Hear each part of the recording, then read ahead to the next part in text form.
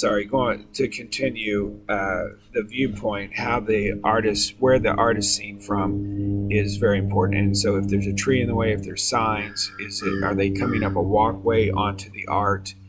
Um, are they driving by? Is there a bench? A lot of times when I create large scale works, I'll consider placing a bench so that for the ideal vantage point, the viewpoint, if they were sitting on the bench, that's how I perceive them seeing it. And then anything after that, I have to consider, but I might not have control of that.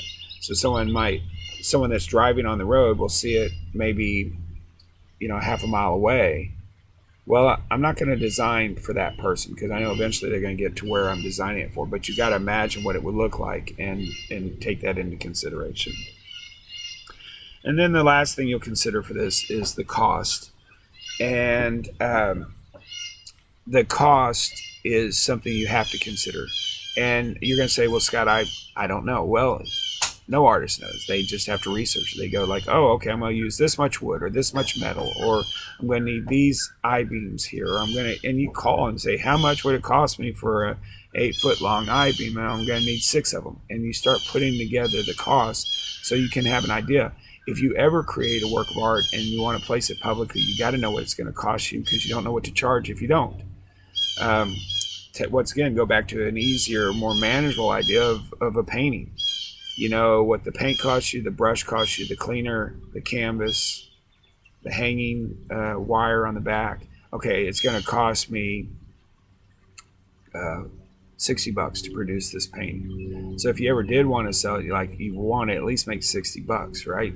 A lot of artists try to put a price on their time. Well, I don't do that because I spend a lot of time just staring and thinking, and I don't think people should have to pay me for that. But that's my process, and that's how I create art. So pricing is something we can talk about later in the semester, but I won't go into that right now. But it is important when you're creating art to understand what the cost of it would be.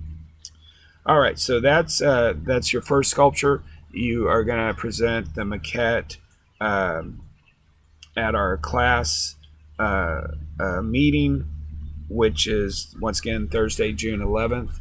9:30 to 11. So you'll go and click on class discussion and sign in, log in at 9:30, and we'll all have this class. That'll be your presentation. Last thing that I have for this week is the dialogue exercise.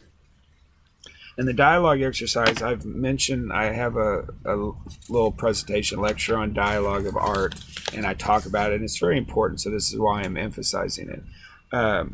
So in this case, is what you're going to do is you're going to take your self-portrait sculpture that we created last week, and you're going to place it somewhere and take a picture of it. And then you're going to analyze what is the dialogue that is occurring between that sculpture, that piece of art, and its surrounding. And just note it and describe it. And tell me what you consider when you think about the dialogue of the art.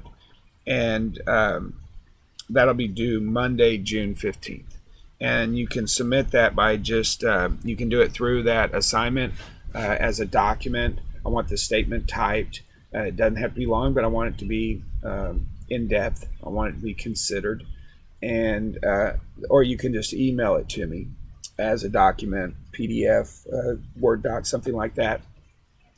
Make sure in the title of the file you put your first and last name. It's very helpful for me. All right, so a lot of stuff, a lot of good stuff from this lecture. I will look forward to seeing you Thursday, June 11th at 9:30. So hope you guys are having a great day, and I will see you online. See you soon.